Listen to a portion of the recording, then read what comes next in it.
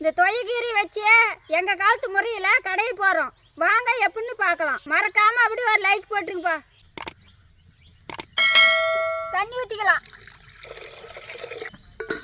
உலக்காயிட்டோம், நக்கரி போட்டுக்கலாம். காஞ்சிக்கிச்சு, பச்சை மிளகாய் போடலாம், கொஞ்ச நேரம் வேகட்டும். சீரகம், பூண்டை, தொயகீரை போட்டு வேவிச்சிக்கலாம்.